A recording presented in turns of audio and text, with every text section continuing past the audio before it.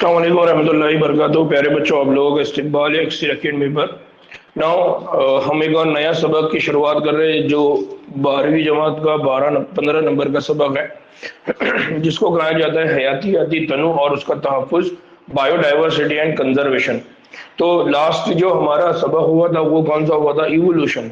तो इसी इवोल्यूशन की बुनियाद पर, क्योंकि हम ये कहते हैं कि वहां पर नई जिंदगी का वजूद हुआ, फिर वहां से डाइवर्सिटी स्टार्ट हुई, इसलिए उसके कंसर्न में हम इस चैप्टर को कंटिन्यू कर रहे हैं कि हमारे जमीन के ऊपर हमको क्या देखने को मिलती है। हमारी जमीन पे हमको देखने को मिलता है बायोडाइवर्सिटी, और साथ ही साथ हम उसका क्या करते हैं? कंजर्वेशन। इसको हम क्या कहते हैं? हयातियाती तनु और उसका तहफ़्फ़ुज़। नो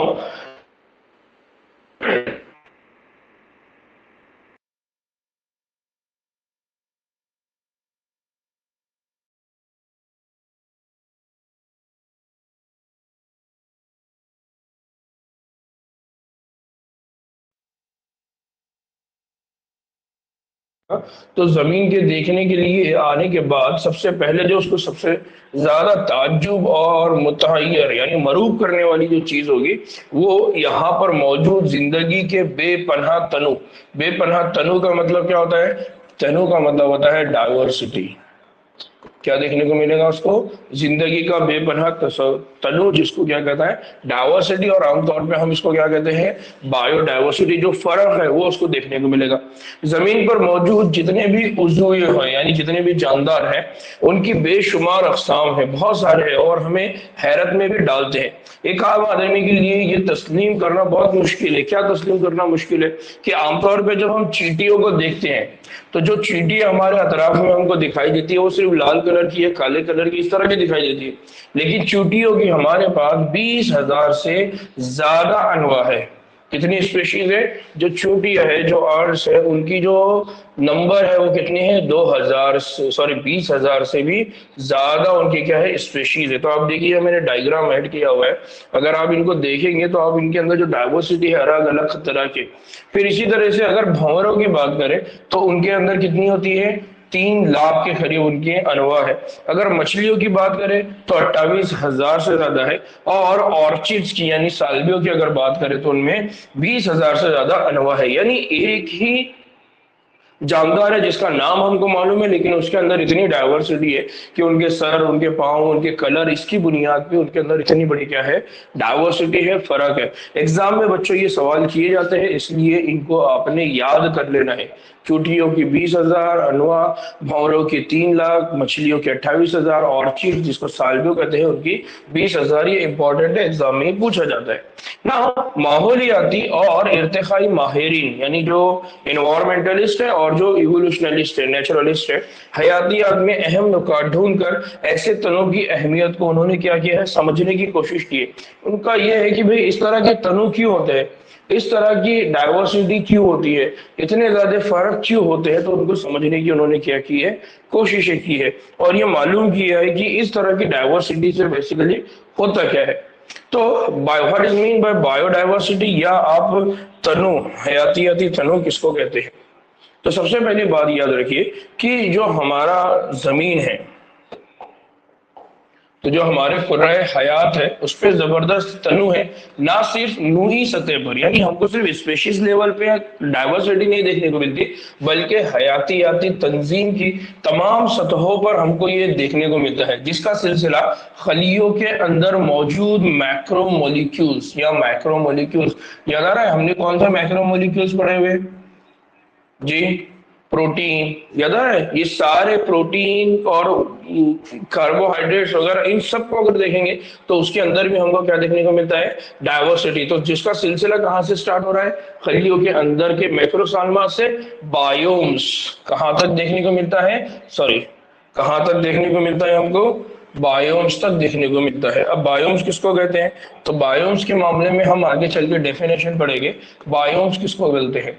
बायोम्स का मतलब ये होता है एक ऐसा एरिया जहां पर बहुत सारे जानदार एक साथ रहते हैं, उसको कहते हैं बायोम। जैसा रेगिस्तान है, एक बायोम से, अंटार्कटिका एक बायोम से। तो एक बायोम्स का मतलब होता है एक ऐसा एरिया, एक ऐसी ज्योग्राफिकल लोकेशन जहां पर बहुत सारे जानदार एक साथ मिलकर रहते हैं, उसको कहते हैं बायोम्स। तो हमको जो लेवल ऑफ डाइवर्सिटी देखने को मिलती है वो मैक्रोमोलिक्यूल से लेकर कहां तक देखने को मिलती है, बायोम्स तक देखने को मिलते हैं।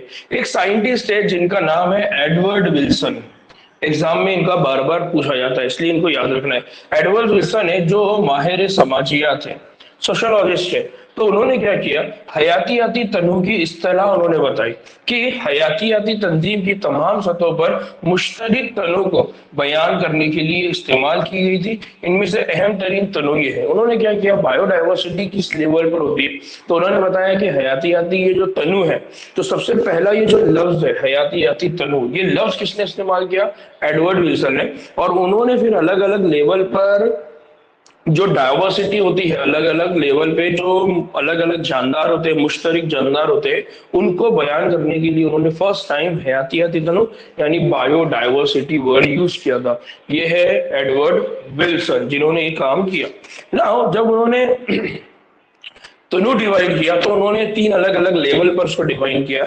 एक लेवल जो थी वो है स्पेशीज बायोडाइवर्सिटी, दूसरी है जिसको कहा जाता है जेनेटिक बायोडाइवर्सिटी, और तीसरी होती है जिसको कहा जाता है इकोलॉजिकल बायोडाइवर्सिटी।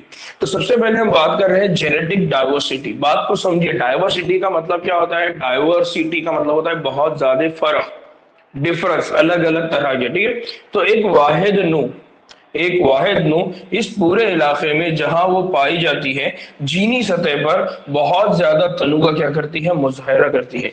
एक वाहिद नो रहेगी, एक सिंगल स्पीशीज रहेगी, वो उस पूरे इलाके में जहां पर वो पाई जाती है उसके अंदर हमको बहुत सारे क्या देखने को मिलेंगे, वेरिएशन मिलेंगे। और ये जो जीनी मगायरत है यानी जो जेनेटिक वेरिएशन है, थोड़ी देर के लिए मेंडल को याद करिए। जेनेटिक वेरिएशन की अगर डेफिनेशन आपको याद नहीं आ रही होगी तो थोड़ी देर के लिए मेंडल को याद करिए। तो जेनेटिक वेरिएशन जिनका मुजाहरा हिमालय के मुख्तलिफ हिस्सों में उगने वाला तिब्बी पौधा जिसको कहा जाता है रोवोल्फिया वोमिटेरा, क्या नाम है उसका, रोवोल्फिया वोमिटेरा करता है, वो पौधे की कुव्वत और इसके जरिए पैदा किए जाने वाले फाल केमिकल यानी कीमियाई मादे जिसको कहा जाता है रेसरपिन, ये इर्तिकाज के हवाले से वाज़ेह है। यहाँ पर जीनी मगायरात में या वेरिएशन की अगर बात की जा रही है तो हिमालय के अंदर यानी हिमालय का जो पहाड़ है वहां पर एक पौधा है, एक प्लांट है जिसका नाम है रोवोल्फिया वोमिटेरा। ये जो पौधा है ये जो पौधा है इसकी कुव्वत यानी इसके स्ट्रॉन्गनेस की वजह से, दूसरा इसके जरिए जो पैदा होने वाला केमिकल है जिसको कहा जाता है रेजरपिन, जिसका इस्तेमाल बहुत सारे मेडिसिन के तौर पे किया जाता है, तो वहां पर वो प्रोड्यूस करता है। तो हिंदुस्तान में इसके बहुत सारे केमिकल के यानी रॉ वाल्फिया की क्या है, डाइवर्सिटी देखने को मिलती है। कुछ रेजरपिन ज्यादा प्रोड्यूस करते हैं, कुछ रेजरपिन कम प्रोड्यूस करते हैं, किसी का कलर ज्यादा, तो इस तरह से उनके अंदर क्या देखने को मिलता है, डाइवर्सिटी। इसी तरह से अगर हम हिंदुस्तान में अगर बात करते हैं तो धान यानी गेहूं की हमको कितनी देखने को मिलती है, 50,000 जीनी तौर पर हमको क्या देखने को मिलती है, धान की ज्यादा नस्लें हैं। फिर इसी तरह से 1,000 से ज्यादा आम की क्या है, अक़साम है। तो शायद अब बात आपको और क्लियर हो रही होगी कि कोई आम है उसका कलर बहुत अच्छा है, कोई आम है उसका साइज बहुत ज्यादा है, कोई आम है वो मीठे रंग का है, हालांकि वो आम ही है लेकिन उसके अंदर ये कैरेक्टर के अंदर जो वेरिएशन देखने को मिल रहा है, ये जो डाइवर्सिटी देखने को मिल रही है, उसका रीजन कौन है, उसका रीजन है जेनेटिक्स या उसका डीएनए। तो यहाँ पर जो डाइवर्सिटी बताई जा रही है, एक स्पेशीज के अंदर डाइवर्सिटी की जब आप बात करते हैं तो आप उसको क्या कहते हैं, जेनेटिक डाइवर्सिटी। तो सबसे पहली बात याद रखिए, बायोडाइवर्सिटी के अंदर 3 लेवल है डाइवर्सिटी के, एक है जेनेटिक डाइवर्सिटी, एक है स्पेशीज डाइवर्सिटी और तीसरी कौन सी है, इकोलॉजिकल डाइवर्सिटी। तो जब हम जेनेटिक डाइवर्सिटी की बात करते हैं तो जेनेटिक डाइवर्सिटी में ये होता है कि उनके अंदर बहुत सारे जीन के अंदर हमको क्या देखने को मिलती है, डाइवर्सिटी देखने को मिलती है ना। इसी तरह से अगर हम स्पेशीज लेवल पे डाइवर्सिटी की अगर बात करें तो स्पेशीज लेवल पे क्या होता है, नूनी सतह पर जो तनु होता है उसकी मिसाल के तौर पर मशरिकी घाट के मुकाबले में मगरिबी घाट पर मौजूद एम्फीबियन और अनवा की स्पीशीज है। यानी ये कि एम्फीबियंस तो हर जगह है लेकिन एम्फीबियंस की अगर हम बात करेंगे तो मशरिकी घाट के ऊपर हमको बहुत ज्यादा देखने को मिलेगा, किसके कंपैरिजन में, मगरिबी घाट के मुकाबले में। तो यहाँ पर स्पीशीज का जब नंबर आता है तो नंबर ऑफ जो हम जानदारों की बात करते हैं, जैसे हम स्पेशीज किसको बोलेंगे, तो अलग अलग किस्म के जो जानदार हैं, जो जानदार हमको दिखाई देते हैं, उनके नंबर्स की अगर हम बात करते हैं तो हमको क्या दिखेंगे, उनके नंबर के अंदर कहीं पर उनके नंबर बहुत ज्यादा रहेंगे, कहीं पर उनके नंबर बहुत कम रहेंगे। अब यहाँ नंबर का मीनिंग मैं जो बोल रहा हूँ, वो नंबर का मीनिंग क्या है, वो दिखने वाले जो जानदार, यानी आपको कहीं पर शेर दिख रहा है, कहीं पर आपको हाथी भी दिख रहा है, कहीं पर आपको लोमड़ी भी दिख रही है, कहीं पर आपको बिल्ली भी देखने को मिल रही है, कहीं पर आपको और दूसरे तरह के गेंडा भी देखने को मिल रहा है, इस तरह के। लेकिन कहीं पर आपको इनमें से कोई एक दो जानदार कम देखने को मिल रहे हैं, तो आप क्या करें कि जहां पर ये ज्यादा है वो वहां पर स्पेशीज डाइवर्सिटी ज्यादा है, जहां पर इस तरह के जानदार कम है तो आप बोले कि स्पेशीज डाइवर्सिटी कम है। तो हम ये कहते हैं कि स्पेशीज के अंदर भी हमको डाइवर्सिटी और फर्क देखने को मिलता है, और यहाँ पर एग्जांपल कौन है, एम्फीबियंस। फिर इसी तरह से अगर इकोलॉजिकल डाइवर्सिटी की अगर बात करते हैं, इकोलॉजिकल डाइवर्सिटी की अगर हम बात करते हैं, तो इकोलॉजिकल डाइवर्सिटी की मिसाल की अगर बात करें तो मिसाल के तौर पर माहौलियाती निजाम की सतह पर हिंदुस्तान अपने रेगिस्तानों यानी जो बारानी जंगलात हैं, फिर चिमरंगों, मरजानी चट्टानों, दलदली इलाकों, दरियाई दहानों के इलाकों और पहाड़ी चरागाहों की वजह से स्कैंडिनियन मुल्क जैसे नॉर्वे से कहीं ज्यादा इकोसिस्टम का क्या करता है, तनु रखता है। देखिए यहाँ पर कुछ कंट्री है जिनको रखा जाता है स्कैंडिनियन कंट्रीज में। स्कैंडिनेवियन कंट्रीज जैसे यहाँ पर क्या होता है, हमेशा बर्फ वगैरह रहता है, एक किस्म का इन्वायरमेंट है जो हमेशा वहां रहता है, यानी थोड़ी देर के लिए ऐसा समझिए कि यहाँ हमेशा टेम्परेचर लो रहता है। तो यहाँ पर जब टेम्परेचर लो है और उसका मुकाबला अगर हम हमारे मुल्क से करते हैं, हमारे हिंदुस्तान से करते हैं, तो हमारे पास डाइवर्सिटी, जो मौसम की डाइवर्सिटी है या मौसम के अंदर बहुत ज्यादा फर्क है। हमारे पास बारिश भी होती है, गर्मी भी होती है और सर्दी भी होती है। जब हमारे पास बारिश ज्यादा होगी तो हमारे पास जो प्लांट्स है, जो पौधे हैं, उनकी ग्रोथ ज्यादा होगी। प्लांट्स और पौधे की ग्रोथ ज्यादा होगी तो उनका इस्तेमाल करने वाले जो जानदार है उनकी ग्रोथ ज्यादा होगी। इस तरह से हमारे पास फिर अलग अलग इलाके हैं, कुछ रेगिस्तानी इलाके हैं, कुछ दलदली इलाके हैं, तो कुछ जंगलाती इलाके हैं, तो वहां पर हमको क्या देखने को मिलेगा, डाइवर्सिटी। तो इसलिए हम ये कहते हैं कि जो इकोसिस्टम है हमारा, तो इकोसिस्टम के अंदर हिंदुस्तान में बहुत ज्यादा क्या है, तनु है, बहुत ज्यादा फर्क है कि कहीं पर रेगिस्तानी इलाका है, कहीं पर हमारे पास बहुत ज्यादा वाटर वाला इलाका है, कहीं पर दलदली इलाका है, कहीं पर हमारे पास बहुत बड़े बड़े जंगलात है। तो इस तरह से क्या है कि इकोलॉजिकल डाइवर्सिटी हमारे पास है, अवेलेबल है। ठीक है, तो 3 लेवल पे डाइवर्सिटी होती है, एक होती है जेनेटिक लेवल पे, एक होती है स्पीशीज लेवल पे, और एक होती है इकोलॉजिकल सतह पे। नाउ कुदरत में इतनी कसरत से तनु को हासिल करने में इर्तिका के लाखों साल लगे हैं, लेकिन अगर अनवा के नापेद होने के मौजूदा शरह जारी रहे तो इन सबको खो देने में सदियों से भी कम अरसा लगेगा। ये बहुत इंपॉर्टेंट बात है कि ये डेवलपमेंट, ये जो डाइवर्सिटी है, इसके लिए तो कई साल लग गए, लेकिन आज हमारा इंसानों का मामला ये है कि जिस अंदाज में हम इंडस्ट्रियल डेवलपमेंट के मामले में, सड़कों की बनाने के मामले में जिस तरह अंदाज में हम कोशिश कर रहे हैं, तो जिस लेवल से ये स्पेशीज खत्म हो रही है, जानदार मर रहे हैं, जंगलात उजड़ रहे हैं, जिसकी वजह से उनको इधर से उधर जाना पड़ रहा है, तो उनके नंबर क्या होते जा रहे हैं, कम होते जा रहे हैं। तो ये कहा जाता है कि वो जो डाइवर्सिटी है उसको खोने में बहुत कम वक्फा लगेगा। तो जितना ज्यादा उनकी डाइवर्सिटी, उनको उनके अंदर फर्क आने में लगा था, उससे कम वक्त में वो क्या हो जाएंगे, खत्म हो जाएंगे। आज बायोडाइवर्सिटी और उसका तहफ़्फ़ुज़ अहम माहौलियाती क्या है, मसाइल है, और इनके लिए बैनुल अक़वामी सतह पर लोगों ने अपनी बक़ा और तहफ़्फ़ुज़ के लिए इस सैयारे पर यानी इस ज़मीन पर हयातियाती तनु की शदीद अहमियत के बारे में बहुत ज़्यादा महसूस करना क्या कर दिया है, शुरू कर दिया। इसलिए आप देखिए, अब हमारे पास क्या होते हैं, बहुत सारे डिफरेंट टाइप के क्या होते हैं, प्लान्स हो रहे हैं। हमारे पास बायोडाइवर्सिटी को लेकर अलग अलग तरह के प्रोग्राम्स हो रहे हैं। फिर हमारे पास ये होता है कि हमारे पास माहौलियाती डे मनाया जाता है। हमारे पास अलग अलग तरह के अब अलग अलग जानदारों के नाम से डे मनाए जा रहे हैं ताकि उनको बचाया जा सके। अब हम बात कर रहे हैं कि ये जो जमीन है, जमीन पर कितनी अनवा है और कितनी हिंदुस्तान में है। जमीन पर टोटल अनवा कितनी है और उसमें से हिंदुस्तान में कितनी है। तो how many species are there on the earth and how many present in India.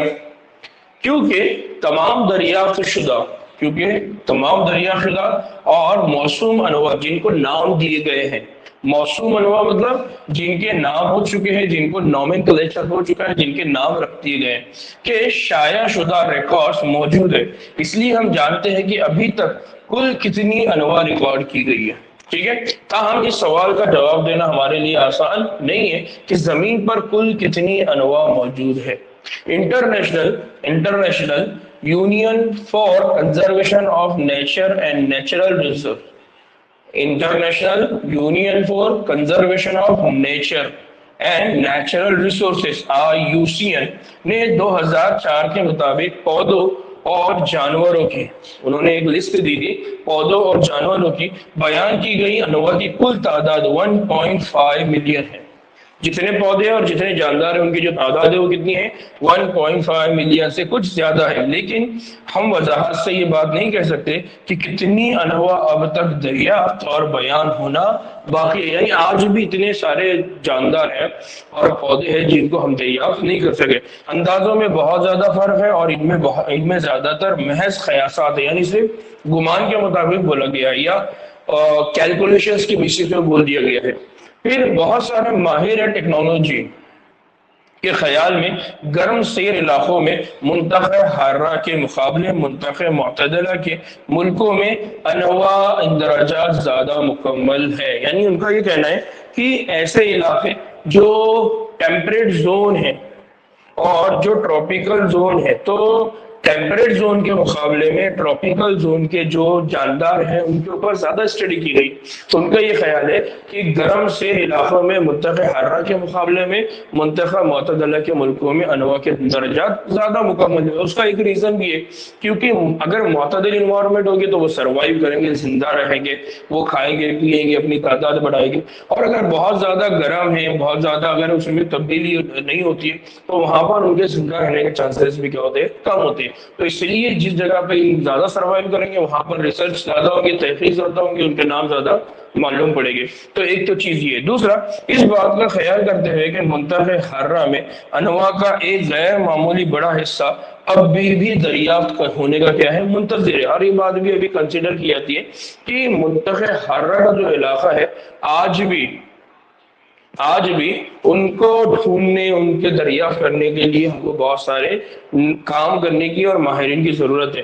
پھر ماہرین حیاتیات نے منطقہ معتدلہ اور منطقہ حارہ کے کیڑوں کے ایک ایسے گروپ کی نوع کثرت کا شماریاتی موازنہ کیا جس پر بہت زیادہ تفصیلاتی مطالعہ ہو چکے ہیں۔ نا دوسری بات وہ یہ کہہ رہے ہیں کہ ماہرین حیاتیات نے کیا کرے؟ منطقہ معتدلہ اور منطقہ حارہ کے کیڑوں کا یعنی انسیکٹس کا، تو ہم یہ کہتے ہیں کہ ہمارے پاس جو نون جتنے جاندار ہمارے پاس ہیں ان میں سب سے زیادہ جاندار کون سے ہیں؟ جو انسیکٹس ہیں۔ تو انسیکٹس ہم کو سب سے زیادہ معلوم ہے، ان کے اوپر بہت زیادہ کیا ہوا ہے؟ مطالعہ۔ پھر انہوں نے زمین پر موجود کل یہ جو ماہر نے حیاتیات ہیں یعنی جو زولوجسٹ ہیں، انہوں نے زمین پر موجود انواع کے موٹے طور پر یعنی بڑے لیول پہ کچھ سوچ کا انہوں نے کیا لگا ہے؟ اندازے لگانے کے لیے اس تناسب کا انواع کا انہوں نے کیا کیا ہوا؟ انواع کے موٹے طور پر اندازہ لگانے کے لیے اس تناسب کا دوسرے جانوروں اور پودوں سے کیا کیا؟ موازنہ کیا، یعنی جتنے نام ان کو معلوم تھے انسیکٹس کے، انہی کا یوز کر کے انہوں نے جو دوسرے جاندار ہیں ان کی کتنے نمبر ہوں گے اس کو سمجھنے کی کیا کی ہے؟ کوشش کی ہے۔ ان میں سے کچھ اندازے کے مطابق 20 سے 50 ملین تک ہو سکتے ہیں، تاہم ایک محتاط اور سائنسی اعتبار سے مستحکم اندازے کے مطابق جو رابرٹ مے، ایک اور سائنٹسٹ ہے جن کا نام یاد رکھیے، رابرٹ مے نے لگایا تھا، عالمی انواع کا جو تنوع ہے وہ تقریباً کتنا ہے؟ 7 ملین ہے۔ تو ایک سائنٹسٹ ہے جن کا نام ہے رابرٹ مے۔ رابرٹ مے کے حساب سے بائیو ڈائیورسٹی کتنی ہے؟ ان کے حساب سے 7 ملین۔ کتنی ہے؟ 7 ملین۔ تو الگ الگ سائنٹسٹ ہیں، انہوں نے الگ الگ انداز میں لگایا ہوا ہے۔ اکثر رابرٹ مے کے اس اندازے کو یوز کیا جاتا ہے، اس لیے آپ نے یاد رکھنا ہے۔ تو جو سائنٹسٹ آلریڈی ماہر حیاتیات تھے انہوں نے یہ بات بتائی کہ انسیکٹس بہت زیادہ ہے اور انہوں نے ان کے نمبر کو दूसरे जानदारों के मोटे मोटे तौर पर बताने के लिए कि अगर ये इतने हैं तो दूसरे जानदार हो सकते हैं कितने हो गए, इस तरह से उन्होंने अंदाजा लगाया। उन्होंने ये उन्होंने बताया कि अंदाजा के मुताबिक जो जानदार है, जो प्लांट है, वो 20 से 50 मिलियन तक पूरे हो सकते हैं। लेकिन आलमी तौर पे रॉबर्ट में थे, उन्होंने एक अंदाजा लगाया और उनका बनाया कितने से 7 मिलियन है। ठीक है ना। अगर आप जमीन की बात करते हैं, जमीन के ऊपर अगर हम बात करते हैं कि जमीन के हयातियाती तनों के बारे में कुछ दिलचस्प पहलुओं पर नजर डालें जिनका इन्हिसार अनवा के मौजूदा दस्तियाब इंद्राजात पर, यानी आज जो उनके नाम हमारे पास मौजूद है, उनके नंबर मौजूद है, उसकी बुनियाद पर ये बात हो रही है। रिकॉर्ड की गई तमाम अनवा में 70% से ज्यादा जानवर है। ये बहुत इंपॉर्टेंट है, इसको याद रखिए। अभी तक जितने रिकॉर्ड हमारे पास अवेलेबल है उसमें 70% से ज्यादा कौन है? जानवर है। जबकि पौधे जिनमें algae, fungi, bryophyte, gymnosperm, angiosperm भी शामिल है, वो कुल का कितना है? 20% से ज्यादा नहीं, यानी वो कितना है? 22%। तो हम ये कह सकते हैं कि हमको जो एनिमल्स मालूम है, टोटल एनिमल्स कितने मालूम है हमको? 70%, 70%। अगर प्लांट्स की बात करें, प्लांट्स की बात कर रहे हैं हम, उसमें भी एल्गी, फंजाई, हम उसमें ब्रायोफाइट, जिम्नोस्पर्म, एंजियोस्पर्म सबको मान रहे हैं, तो वो सिर्फ कितने मालूम है हमको? 22%।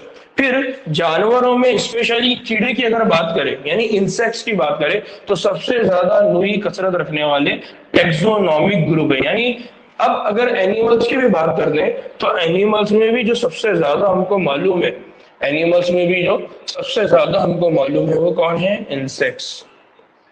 ठीक है, तो इंसेक्ट्स के मामले में हमारे पास मालूम है, और वो टोटल एनिमल का जो कुल 70% से क्या है? ज्यादा है। यानी ये टोटल एनिमल का भी 70% से क्या है? ज्यादा है। यानी एनिमल्स के ग्रुप का, एनिमल्स हमको 70% ही मालूम है, और एनिमल्स का भी इंसेक्ट वो 70% से ज्यादा है जो हमको मालूम है। औसतन इस सैयारे पर यानी जमीन पर हर 10 जानवर में 7 कीड़े होते हैं। यानी अगर 10 एनिमल आप लेंगे तो 10 एनिमल में से जो 7 रहेंगे वो कौन रहेंगे? वो रहेंगे इंसेक्ट्स। ठीक है, इस बात को बहुत अच्छे से याद रखिए, एग्जाम में यहाँ स्टेटमेंट्स आती है।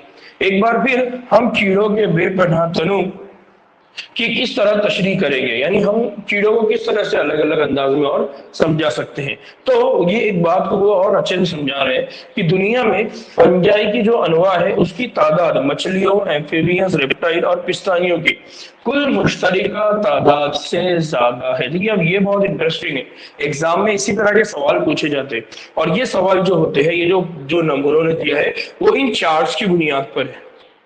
क्या है? इन चार्ट्स की बुनियाद पे वो क्या बोल रहे हैं? वो ये बोल रहे हैं कि जो फंजाई है, फंजाई की अनवा, फंजाई की अनवा आपको कहाँ देखने को मिलेंगी? यहाँ पर ये चार्ट है, यहाँ पर कौन है? फंजाई। और दूसरा कौन है? मछलियां, एम्फीबियंस, रेप्टाइल और पिस्तानी। ये कहाँ पर है? ये है रेप्टाइल्स, ये है एम्फीबियंस, ये है मछलियां।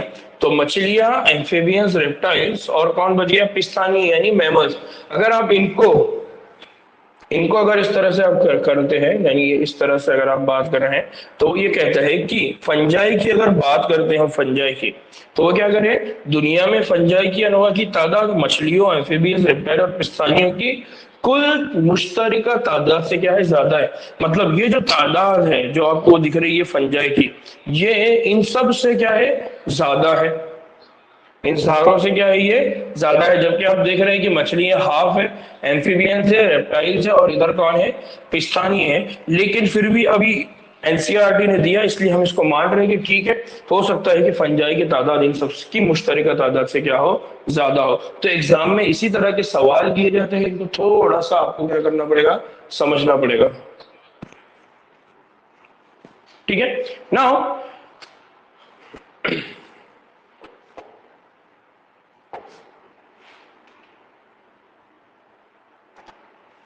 एक बात और नोट करनी चाहिए, वो क्या बात है जिसको हमको नोट करना चाहिए?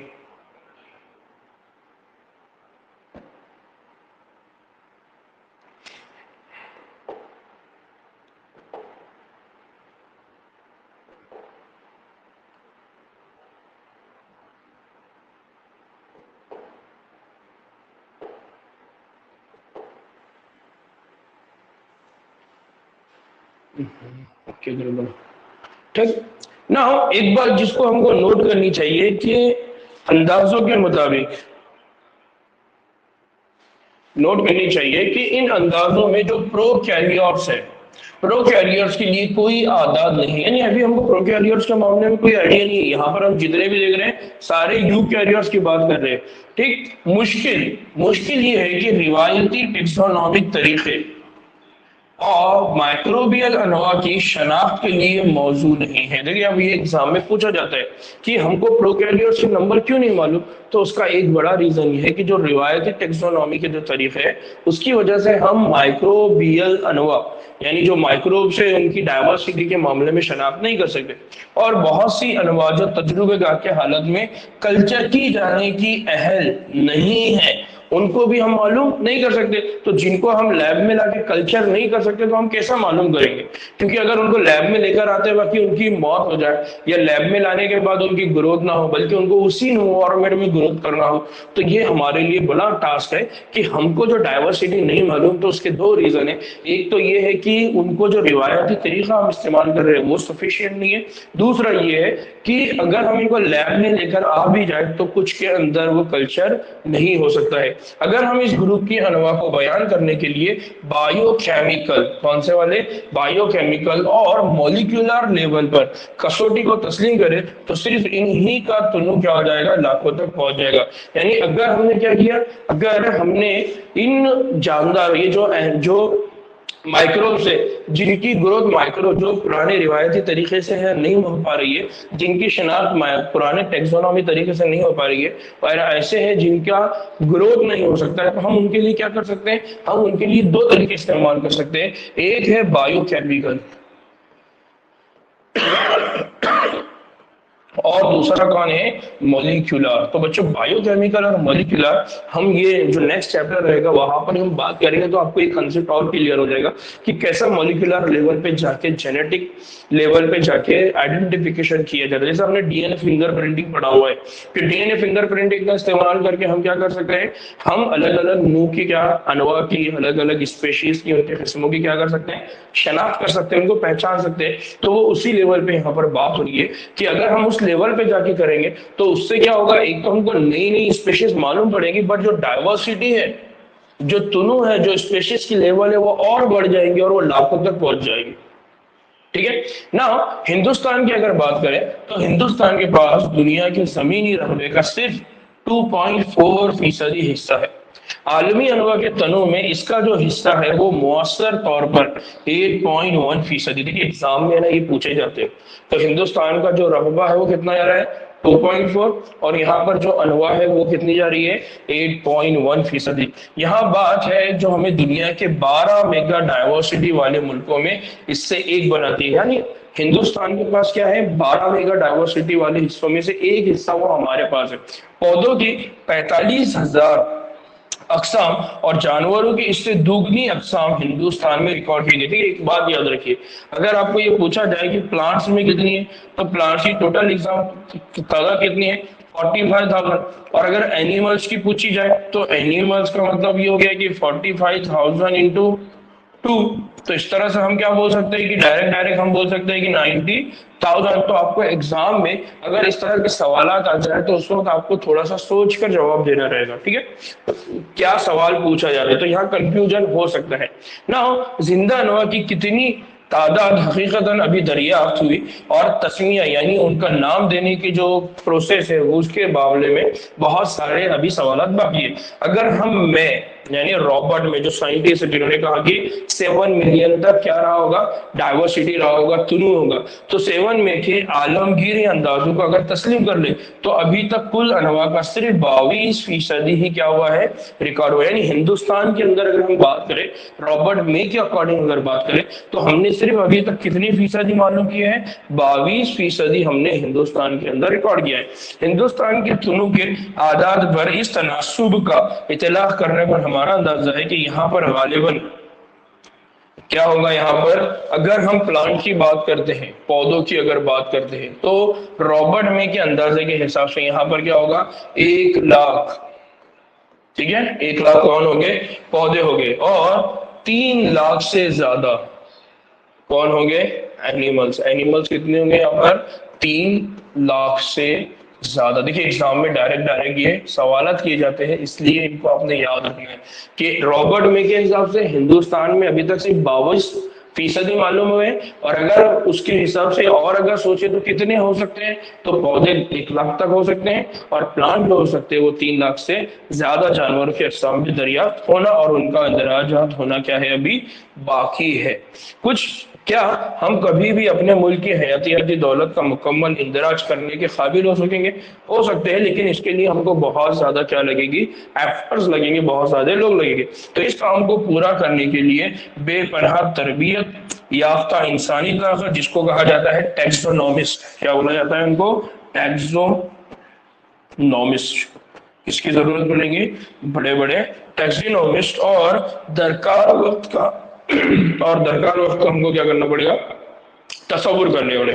صورتحال مزید نا امیدی کی نظر آتی ہے جب ہم محسوس کرتے ہیں کہ ان انواع کے ایک بہت بڑے حصے کو ان کے دریافت ہونے سے پہلے ہی کیا ہونا پڑ رہا ہے، ناپید ہونے کا خطرہ لاحق ہے. قدرت کی حیاتیاتی لائبریری کتابوں کے اندراج سے پہلے ہی جل کرنا نابود ہوئی جا رہی ہے. تو ان کا یہ اندازہ ہے کہ ہم کو ایک تو وقت بہت زیادہ لگے گا، ہم کو ٹرین افراد، ہم کو ایسے تربیت یافتہ لوگوں کی ضرورت ہے، لیکن ہم یہ دیکھتے ہیں کہ یہ جو نیچر ہے، یہ جو حیاتیاتی لائبریری ہے قدرت کی، یہ قدرت کی حیاتیاتی لائبریری ہمارے کچھ ایسے کام ہے جس کی وجہ سے وہ دھیرے دھیرے کیا ہوتے جا رہی ہے، نابود ہوتے جا رہی ہے، ختم ہوتے جا رہی ہے. ٹھیک نا. اب پیٹرن آف بایو ڈائیورسٹی کی حیاتیاتی ڈائیورسٹی کی جب ہم بات کرتے ہیں تو تنوع کی اسٹڈی کیسے کی جاتی ہے؟ تو حیاتیاتی تنوع کے طرز، یا اس کو کیا کہتے ہیں، پیٹرن آف بایو ڈائیورسٹی. تو بایو ڈائیورسٹی کے پیٹرن کی اگر بات کریں تو ایک ہم بات کرتے ہیں لیٹیٹیوڈینل گریڈینٹ. دنیا بھر میں پودوں اور جانوروں کا تنوع یکساں نہیں ہے، بلکہ اس میں ایک غیر مساوی کیا دیکھنے کو ملتی ہے، ہم کو تقسیم دیکھنے کو ملتی ہے. کہیں پر پودے زیادہ ہے، کہیں پر جانور زیادہ ہے، کہیں پر پودے کم ہے، کبھی جانور کم ہے. تو اس طرح سے ہم کو وہاں پر کبھی بھی یکسانیت نہیں دکھے گی. بہت سے جانوروں اور پودوں کے بہت سے گروپوں میں تنوع کے دلچسپ طرز ہے، یعنی پیٹرن ہے، جن میں سب سے زیادہ معروف جو تنوع ہے یا جو طرز عمل ہے اس میں کون ہے؟ لیٹیٹیوڈینل گریڈینٹ. وہ کون ہے؟ لیٹیٹیوڈینل گریڈینٹ. عام طور سے ہم جیسے جیسے خط استوا سے قطبین کی طرف جاتے ہیں، نوع تنوع کیا ہوتا ہے؟ گھٹتے جاتا ہے. یعنی لیٹیٹیوڈینل گریڈینٹ کا مطلب کیا ہوتا ہے کہ یہ ہماری زمین ہے، اس زمین کا یہ کون ہے؟ ایکویٹر. اب یہاں سے اس ڈائریکشن میں اور یہاں سے اس ڈائریکشن میں اگر جائیں گے تو چونکہ یہاں پر جو ٹیمپریچر ہے وہ بہت لو ہے، یہاں پر جو ٹیمپریچر ہے بہت لو ہے، کیونکہ یہاں پر بھی آئس ہے، یہاں پر بھی آئس ہے. تو ڈائیورسٹی دھیرے دھیرے کیا ہوتے جاتی ہے؟ دونوں بھی سرے پہ لو ہوتے جاتی ہے. تو یہاں پر جو ایریا ہے یہاں پر ڈائیورسٹی کیا ہے؟ زیادہ ہے. اب جب اس ڈائریکشن میں آپ جاتے ہیں یا اس ڈائریکشن میں آپ جاتے ہیں تو ڈائیورسٹی کیا ہوتے جاتی ہے؟ کم ہوتے جاتی ہے. تو چند مستثنات کو چھوڑ کر منطقہ حارہ کے علاقوں، جہاں پر ہم کہہ سکتے ہیں کہ 23.5 شمالی ارض البلد سے 23.5 جنوبی ارض البلد تک، 23 شمال میں اور 23 جنوب میں، تو منطقہ معتدلہ اور قطبین کے علاقوں کا مقابلہ زیادہ انواع پائی جاتی ہے. یعنی اگر آپ اس کو دیکھ لیجیے، نیچے میں نے ایڈ کیا ہے، یہ ہے ہمارا ایکویٹر. اس ایکویٹر سے 23.5 اور اس 23.5، ٹھیک ہے. اگر اس ڈائریکشن میں اور اس ڈائریکشن میں اگر ہم جاتے ہیں تو ہم کو کیا دیکھنے کو ملتا ہے؟ ہم کو یہاں پر یہ جو منطقہ معتدلہ ہے اور قطبین ہے، ان علاقوں کے مقابلے میں زیادہ انواع پائی جاتی ہے. کیونکہ یہ جو علاقہ یہ کون ہے؟ منطقہ حارہ. یعنی یہ کون سا ریجن ہے؟ یہ ٹراپیکل زون ہے. یہ کون سا زون ہے؟ ٹراپیکل زون، جس کو ہم منطقہ حارہ کہتے ہیں. اس منطقہ حارہ میں 23.5 نارتھ، 23.5 ساؤتھ اگر ہم چاہتے ہیں، نارتھ اور ساؤتھ میں، تو ہم کو کیا دیکھنے کو ملتا ہے؟ ایک رینج آف ٹیمپریچر ہے جس کے اندر ہمیشہ تبدیلی ہوتی ہے، جس کی وجہ سے کیا ہوتا ہے؟ یہاں پر تینوں بھی قسم کے کیا ہوں گے؟ موسم آئیں گے. تینوں بھی ٹائپ کے اگر موسم آئیں گے تو نتیجے میں یہ رہے گا، کھانے کے لیے زیادہ رہے گا، فزیبل انوائرمنٹ رہے گا. تو وہاں پر جو نمبر آف پاپولیشن جو رہے گی یا الگ الگ جو جاندار ہے ان کی جو قسمیں رہیں گی وہ زیادہ رہے گی. کولمبیا جو خط استوا کے قریب واقع ہے، وہاں پرندوں کی تقریباً 1400. دیکھیے اب بات کس کی ہو رہی ہے؟ کولمبیا. اس کو یاد رکھنا، ایگزام میں یہ پوچھا جاتا ہے. اگر ہم کولمبیا کی اگر بات کرتے ہیں تو کولمبیا کے اندر کتنے ہیں؟ 1400। कौन है ये? परिंदे। किसकी बात हो रही है? परिंदे। जबकि 41 डिग्री पे नॉर्थ पर वाक़ कौन है? न्यूयॉर्क। अगर हम न्यूयॉर्क की बात करते हैं तो न्यूयॉर्क के अंदर हमको परिंदों के अंदर कितने देखने को मिलती है? उनकी तादाद 105, 105। फिर थोड़ा और आगे बढ़े, 71 नॉर्थ की तरफ वाक़ है, वहां पर कौन है? ग्रीनलैंड।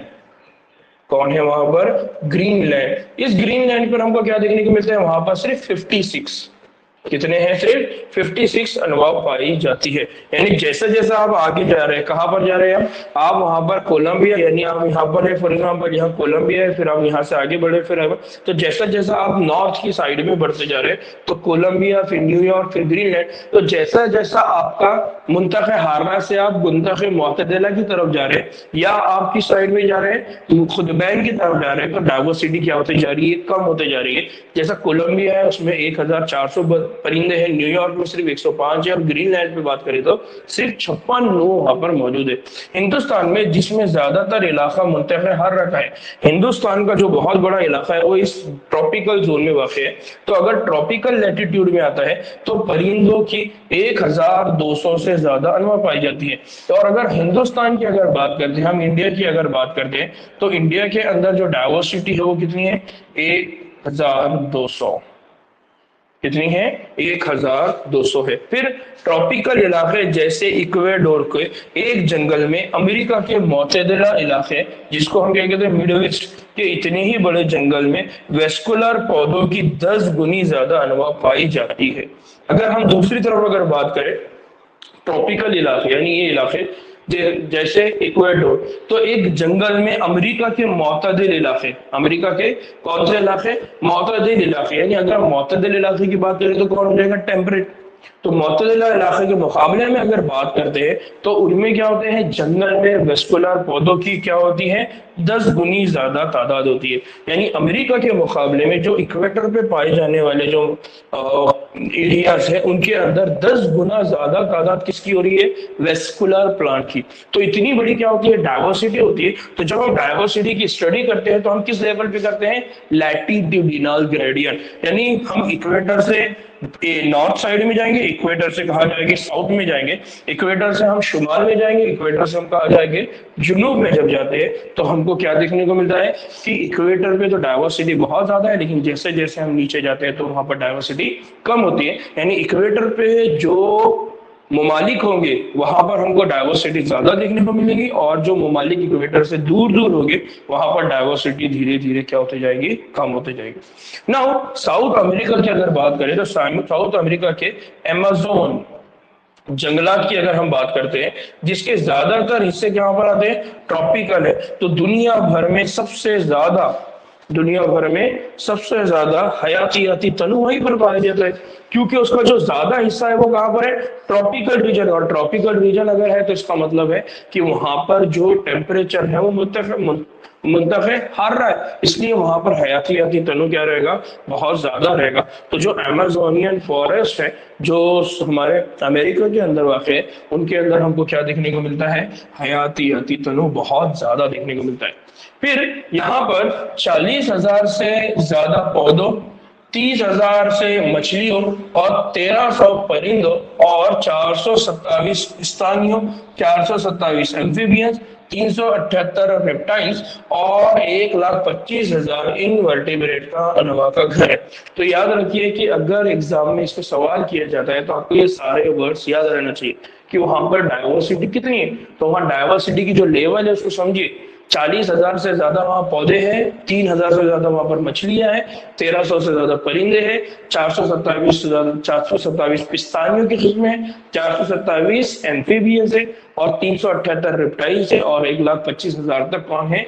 इनवर्टिब्रेट्स है। साइंसदानों का अंदाजा है कि इन बारानी जंगलात, यानी जहां पर बहुत ज्यादा बारिश होती है, कम से कम 2 मिलियन कीड़ों की अनवा दरियाफ्त होने और उनके नाम दिए जाने का इंतजार है। यानी अगर वहां पर हम ढूंढने के लिए अगर जाते हैं तो हमको कितनी मिलने वाली है? तो इतनी बड़ी हमको क्या दिखने वाली है?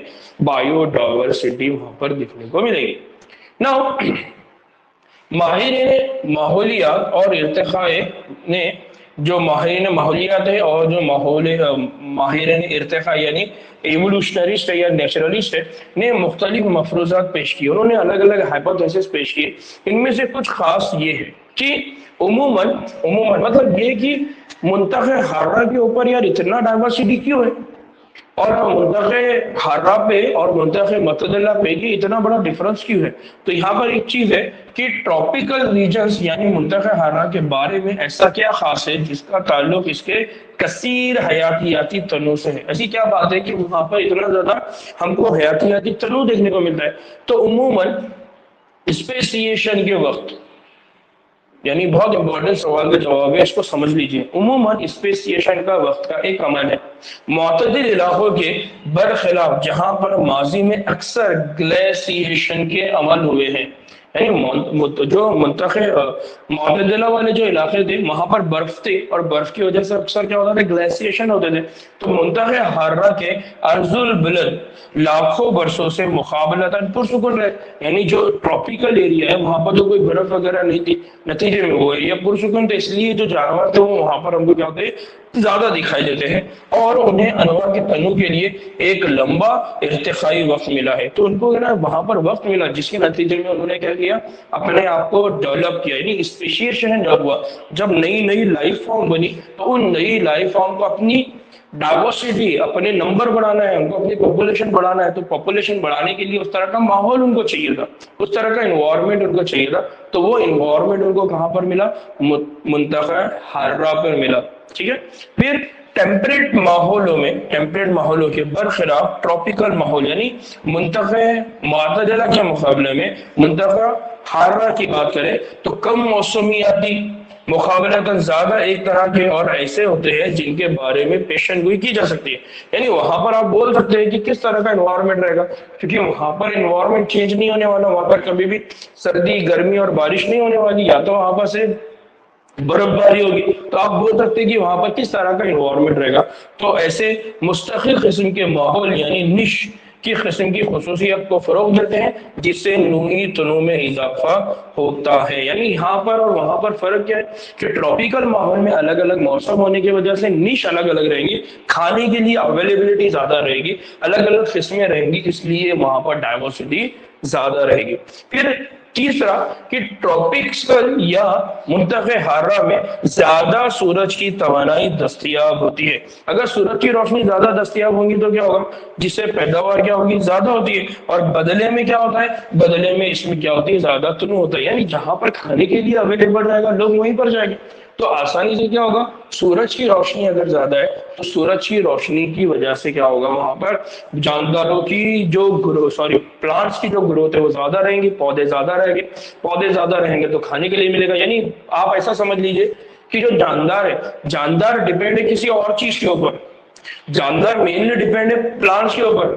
تو اب وہاں پر اگر پودوں کی تعداد زیادہ ہوگی تو ان کو کھانے کے لیے کیا ہوگا، زیادہ ہوگا، اور اگر کھانے کے لیے چیزیں زیادہ ہوگی تو وہ آسانی سے کیا کر سکیں گے، ریپروڈیوس کریں گے، تولید کا عمل کر سکیں گے، نتیجے میں ان کی جنریشنز وہاں پر زیادہ رہیں گی، اس لیے ہم کو حیاتیاتی تنوع دیکھنے کو ملتا ہے۔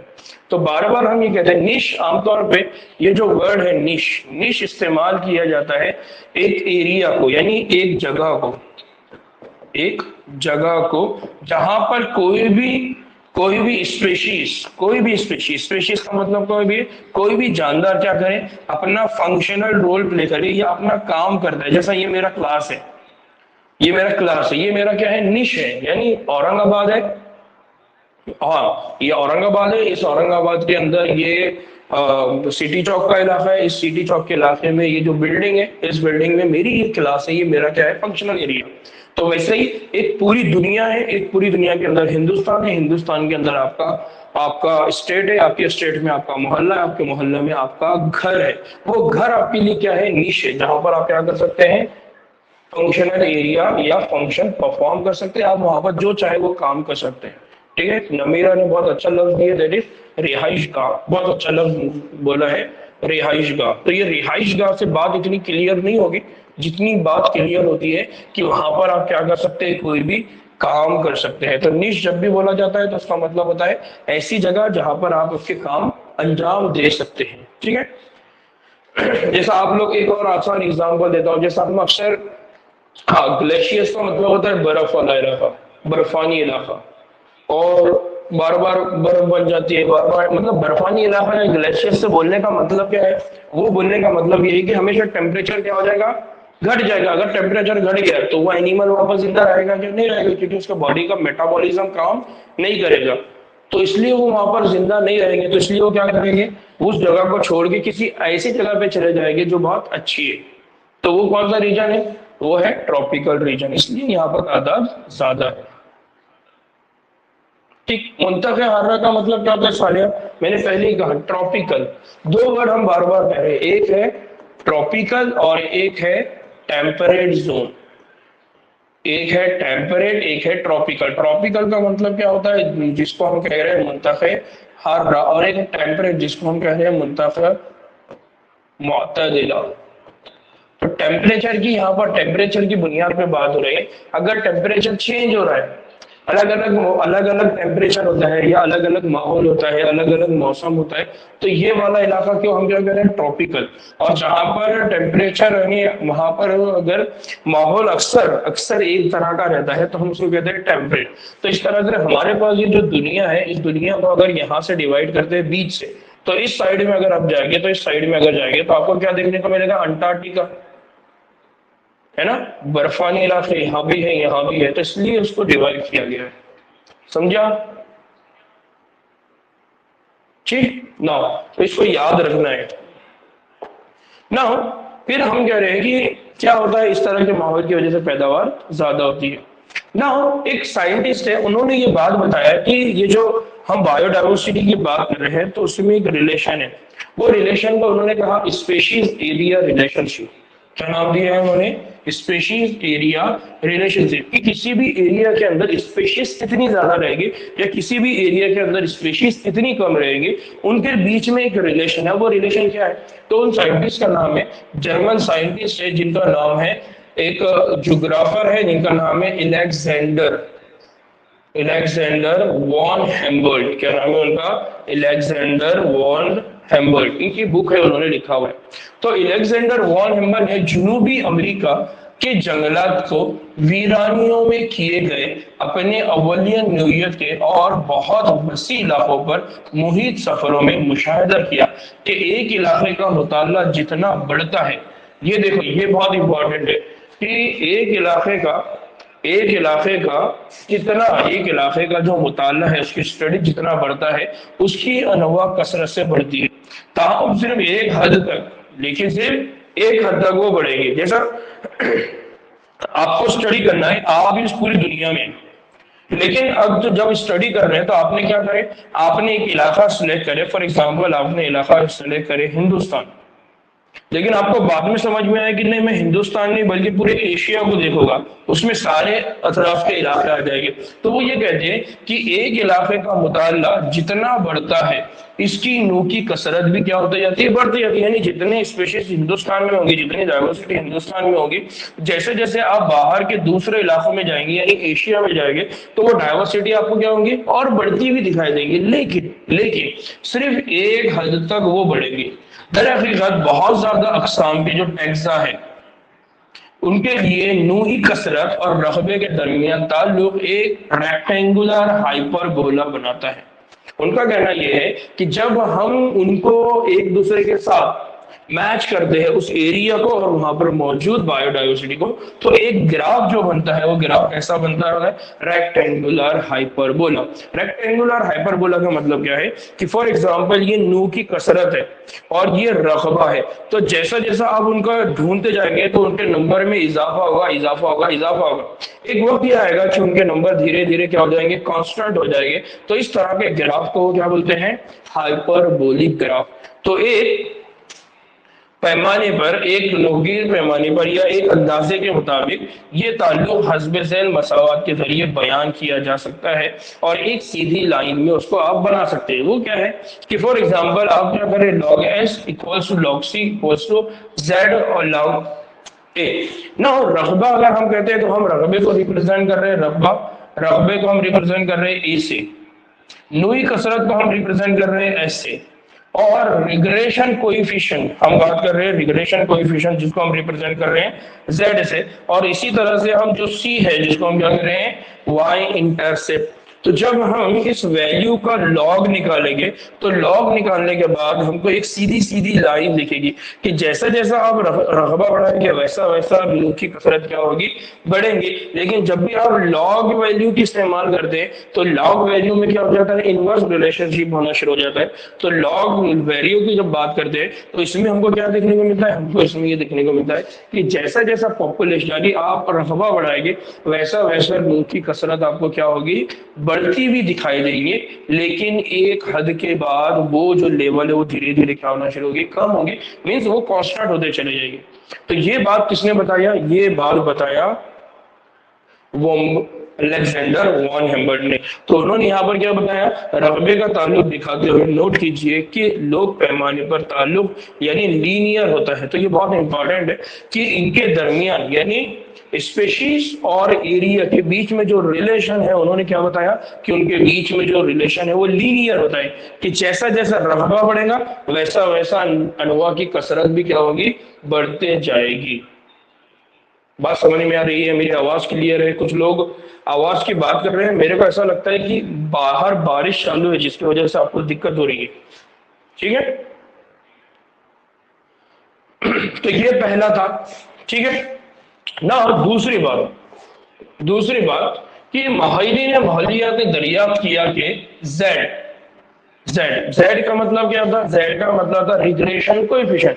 तो रिग्रेशन कोएफिशिएंट की वैल्यू 0.1 से 0.2 तक रहती है, जिसमें इस बात का कोई लिहाज नहीं होता कि टैक्सोनॉमिक ग्रुप कौन सा है और इलाका कौन सा, यानी आया ये के पौधे बर्तानिया में है या परिंदे कैलिफोर्निया में है या न्यूयॉर्क स्टेट में मोलस्की है या रिग्रेशन के सिलोपिस, हैरान के तौर पर एक जैसे होते हैं। लेकिन अगर आप पौधे पर आप पूरे बर्रे आजमों जैसे बहुत बड़े रकबों के दरमियान नूही रकबे के ताल्लुक का तज्जिया करें तो आपको पता चलेगा कि लाइन का स्लोप बहुत ज्यादा खड़ा यानी स्टीपर हो जाता है ना। बच्चे बात को थोड़ा सा समझिए, यहाँ पर बात क्या हो रही है, बात वो ये कह रहे हैं कि जो z है उस z की अगर वैल्यू की बात करें तो वो 0.1 से क्या होनी चाहिए, 0.2। अब ये 0.1 से 0.2 का रहने का मतलब क्या होता है, इसका मतलब ये हो कि लाइन हमेशा कैसी आएगी, स्ट्रेट लाइन हमेशा कैसे रहेंगी, लीनियर रहेगी, सीधी सीधी रहेगी। अब अगर आप 0.1 से 0.2 z वैल्यू की अगर बात कर रहे हैं तो आप किसी भी इलाके को कंसीडर कर लो, यहाँ पर जो रिलेशन रहेगा उसका क्या रहेगा, लीनियर। अगर आप बर्तानिया की बात कर रहे हैं, वहां के पौधों की बात कर रहे हैं, तब भी रिलेशन लीनियर रहेगा। परिंदों की बात कर रहे हैं कैलिफोर्निया में, तो वहां पर भी, यानी जैसा जैसा आप रकबा बढ़ाएंगे वहां पर मौजूद जो डाइवर्सिटी है वो भी क्या होते जाएगी, बढ़ते जाएगी, वहां जो अनवा की किस्में वो बढ़ते जाएंगे। लेकिन अगर हमने पूरे बर्रे आजमों को मिला दिया तो इतने बड़े रकबों के दरमियानी नूरी रकबे की अगर हम बात करते हैं तो उसका तजिया करें तो हमको मालूम पता चलता है कि ये जो लाइन का जो स्लोप है वो बहुत ज्यादा खड़ा यानी थोड़ा सा ऐसा हो जाएगा, बहुत ज्यादा क्या हो जाएगा, खड़ा हो जाएगा। और उसकी अगर वैल्यूज की बात करते हैं तो वो जो वैल्यूज रहेंगी वो 0.6 से कहां पर चले जाएंगी, 1.2 तक। कहां पर चले जाएंगी वो, 0.6 से 1.2 तक चली जाएंगी। मिसाल के तौर पर मुख्तलिफ बर्रे आजमों के ट्रॉपिकल जंगलात में अगर फल खाने वाले यानी फ्यूगीवोरस परिंदों की अगर बात करें और पिस्तानियों के लिए तो स्लोप की जो वैल्यू रहेगी वो रहेंगी 1.15। कितनी रहेंगी वो, 1.15। तो ये जो स्लोप आ रहा है, जो लीनियर रिलेशन है, इस लीनियर रिलेशन में इस तरह का भी क्या होते हैं, चांसेस होते हैं। लेकिन ये चांसेस कब रहेंगे, ये इस तरह का ग्राफ कब बनेगा, इस तरह का ग्राफ उस वक्त बनेगा जब आप बहुत ज्यादा इलाकों को पढ़ेंगे, आप बहुत अलग अलग इलाकों को एक साथ अगर आपकी उसकी स्टडी करने लगेंगे तब जाके आपको जो वैल्यू है वो क्या देखने को मिलेगी, अलग होते हुए देखने को मिलेंगे। तो नॉर्मली वैल्यू कितनी आना चाहिए, 0.1 से 0.2। लेकिन अगर आपने दूसरे इलाकों की बात की है, अलग अलग बर्रे आजमों को मिला के पढ़ना शुरू कर दिए तो कितनी हो सकती है वैल्यू, 0.6 से 1.2। तो एक इलाके की बात की जा रही है जो कौन सा है, ट्रॉपिकल जंगलात। तो उन ट्रॉपिकल जंगलात में भी आप किसकी बात कर रहे हैं, फल खाने वालों की। किसकी बात कर रहे हैं? फल खाने वाले, यानी सारे बर्रे आजम में फल खाने वालों की अगर आप बात करेंगे, परिंदों की और पिस्तानियों के, तो उनके लिए जो स्लोप रहेगा वो कहां पर आएगा? 1.15 पर। बात समझ में आ रही है? नॉर्मली वैल्यू क्या रहती है? 0.1 से 0.2। लेकिन आप अगर एक इलाके को छोड़कर आप बहुत सारे इलाकों को अगर एक साथ करेंगे तो वैल्यू कितनी रहेगी? 0.6 से 1.2 के दरमियान। इसकी एक एग्जांपल उन्होंने किसकी दी है कि सारे ट्रॉपिकल जंगलात के परिंदों की अगर बात करते हैं, वो भी परिंदे कौन है? फल खाने वाले परिंदे, और पिस्तानी है तो उनका स्लोप कितना आएगा? 1.15। तो एग्जाम में यहाँ पर सवाल किया जाता है बच्चों, इसको अच्छे से याद रखना है। मैंने ये चैप्टर इसीलिए पढ़ा रहा है कि ये बहुत आसान है। अगर आपने इसमें बहुत सारे बातें हैं, अगर उनको अच्छे से कर लिए ना, तो यकीन मानिए इनके सवालों के जवाब देना आपके लिए कोई बड़ी बात नहीं, बहुत आसान है ना। एक और कंसेप्ट है, उसको कहा जाता है माहौलियाती तनु के लिए, माहौलियाती तनु के लिए या माहौलियाती निज़ाम के लिए जो वेरिएशन है उसकी अहमियत क्या है? माहौलियाती निज़ाम के लिए नूही तनु की अहमियत, the importance of species diversity to the ecosystem. Ecosystem के लिए या माहौलियाती निज़ाम के लिए स्पीशीज की क्या अहमियत है? ठीक है, क्या एक कम्युनिटी में अनवा की तादाद माहौलियाती निज़ाम की कारकर्दगी के लिए कोई मायने रखती है? यानी हम ये देखते हैं कि हमारी जमीन के ऊपर इंसान है, इंसानों के साथ जानदार है, फिर दूसरे एनिमल्स भी हैं, यहाँ पर घोड़े हैं, गधे हैं, बिल्लियां हैं, फिर इसी तरह से देखो आपकी यहाँ पर है तो मेंढक है, यहाँ पर कॉकरोच है, फिर यहाँ पर मच्छर है, तो इस तरह की बहुत सारी अनवा है। तो वो ये कहते हैं कि ये अनवा की कोई अहमियत है क्या? तो इस बात को, इस सवाल का बहुत इंपॉर्टेंट जवाब है। ये एक ऐसा सवाल है जिसका यकीनी जवाब देने से माहिरीन माहौलियात हमेशा खासिर रहे। कई अशरों तक यानी कई सालों तक माहिरीन माहौलियात यही ख्याल करते थे कि उमूमन ज्यादा अनवा वाली कम्युनिटीज कम अनवा वाली कम्युनिटीज के मुकाबले में ज्यादा मुस्तकम होती है। ज्यादा अनवा वाली कम्युनिटीज कम अनवा वाली कम्युनिटीज, यानी अलग अलग जो ग्रुप है जानदारों की, उनको कम्युनिटी यहाँ बोला जा रहा है, उनके मुकाबले में क्या होती है? ज्यादा मुस्तकम होती है। एक हयातियाती कम्युनिटी के लिए इस्तेहकाम हकीकतन क्या है? यानी अगर आप ये बोले कि एक एरिया है, उस एरिया के ऊपर वो हयातियाती जो एरिया है, मतलब एक जंगल है, उस जंगल को जंगल बाकी रखने के पीछे कौन जिम्मेदार है? ठीक है, इसको समझ लीजिए। एक रेगिस्तान है, उस रेगिस्तान को रेगिस्तान रखने के लिए कौन जिम्मेदार है? तो एक मुस्तहकम कम्युनिटी को अपनी साल ब साल की तौलीद में ज्यादा मगायरात यानी वेरिएशन का मुजाहरा नहीं करना चाहिए। अगर किसी कम्युनिटी को मुस्तहकम रहना है, बाकी रहना है, तो वो पहली बात बोल रहे हैं कि उसके अंदर क्या नहीं होना चाहिए? ज्यादा मगायरात यानी वेरिएशन नहीं होना चाहिए। यानी उसमें से आपने प्लांट कट कर दिए तो वेरिएशन आ गया, या फिर आपने बहुत सारे नए प्लांट्स लाके डाल दिए, अलग से बाहर से कोई लेकर आ गया, आपको कोई फूल वाला प्लांट बहुत पसंद आया, आपने लाके डाल दिए। नतीजे में ये होगा कि आपने बहुत सारे ऐसे एग्जाम्पल बुलेंगे, है ना। आपने बंगाल टाइगर का नाम सुना होगा, तो वो बंगाल टाइगर क्या हुआ, जब उसको लाके डाला गया बंगाल में, तो उसने जितनी वहां की स्पीशीज थी उन सबको किल करना शुरू कर दिया। तो ये होता है कि या तो वो हमेशा क्या रहे, वो जो कम्युनिटी है वो साल ब साल उसमें क्या हुआ, तौलीद हमेशा मुस्तकम रहे, उसमें कोई मगायरात ना हो, उसमें कोई वेरिएशन ना हो, उसे गाहे बगाहे यानी आते जाते, हम बोलते हैं ना चलते फिरते होने वाले मज़ाहमत यानी कुदरती हो या इंसानी जरियों के जरिए जो नुकसान होने वाला है, जो मज़ाहमतें होने वाली है, उन मज़ाहमतों के तई उभरने की क़ुव्वत रखने वाली होना चाहिए। चाहे उनको प्रॉब्लम इंसानों से आए, चाहे प्रॉब्लम उनको नेचर से आए, उनके अंदर ये एबिलिटी होना कि वो उस प्रॉब्लम को, उस मसले को क्या कर सके, खुद ही हल कर सके वो कम्युनिटी।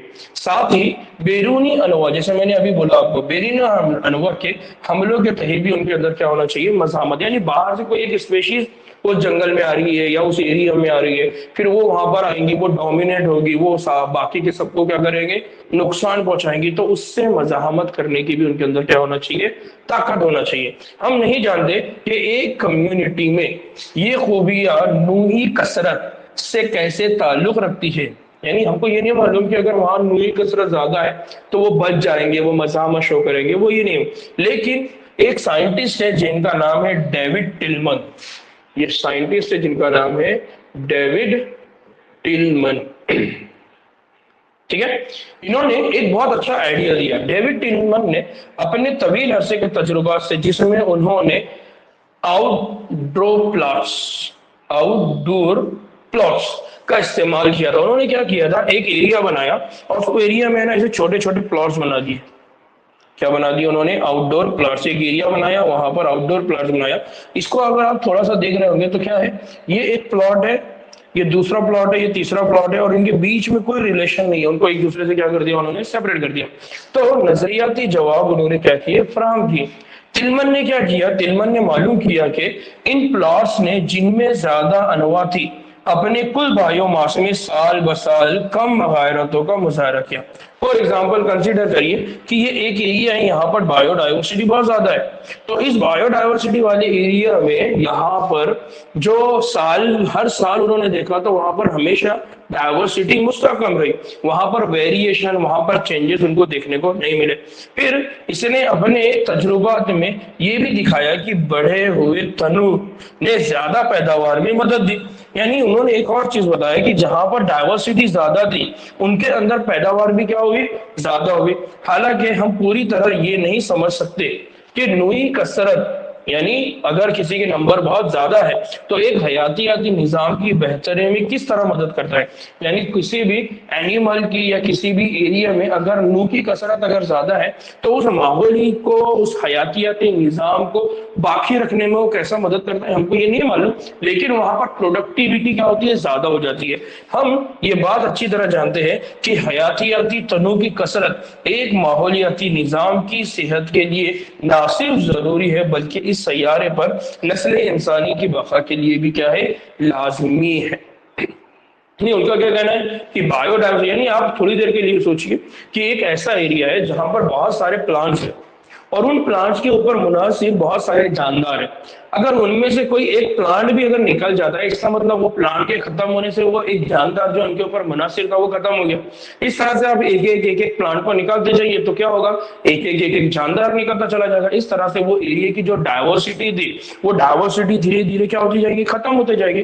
फिर उस एरिया के जरिए जो प्रोडक्शन होता था, फॉर एग्जाम्पल अगर वहां पर आम के दरख्त, जाम के दरख्त, जामुन के दरख्त थे तो उनसे जो लोगों को फायदा मिलता था, अब उनके जाने की वजह से धीरे धीरे वो फायदे कम हो जाएंगे।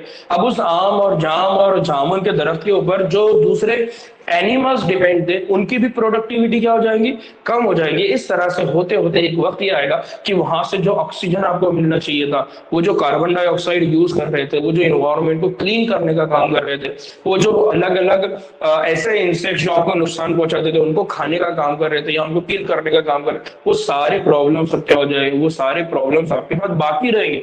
इस तरह से आपका माहौलियाती निजाम धीरे धीरे क्या हो जाएगा, दरहम बरहम हो जाएगा। तो इस बात को उन्होंने बहुत ही अच्छे अंदाज में एक्सपेरिमेंट के जरिए समझाया है। अक्सर इनके एक्सपेरिमेंट्स के ऊपर सवालात किए जाते हैं, इसलिए आपने इनको बहुत अच्छे से समझना है ना। एक और बात है कि ये बात की जो डाइवर्सिटी बाकी रहेगी या नहीं रहेगी, तो ये बात हमारे लिए बहुत मायूस कन है, क्योंकि जिस अंदाज में हम अनवा खो रहे हैं, जिस अंदाज में हमारे पास से ये अनवा खो रहे हैं, तो हम ये देखते हैं कि धीरे धीरे कुछ अनवा जो है वो नापेद हो जाएगी।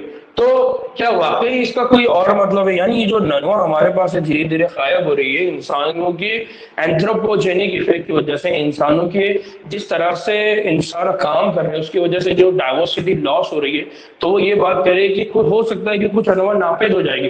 तो अगर वेस्टर्न घाट की अगर बात करें तो वहां जो माहौलियाती निजाम की कारकर्दगी कुछ कम हो जाएगी अगर इसके ट्री फ्रॉग की एक नू हमेशा के लिए क्या हो जाए, खत्म हो जाए। अगर जमीन पर 20,000 के बजाय चूटियों की सिर्फ क्या हो जाए, 15,000 अनवा हो जाए, तो हमारी जिंदगी की क्वालिटी किस तरह मुतासिर होगी। तो वो ये कह रहे हैं कि उनकी डाइवर्सिटी अगर कम होती है, उनके स्पेशीज अगर कम होते हैं, तो उनके स्पेशीज कम होने से हमको क्या नुकसान है।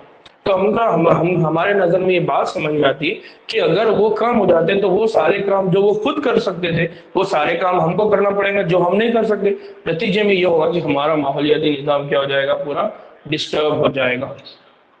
बात समझ में आ रही है? यहाँ पर किसी को कोई डाउट है?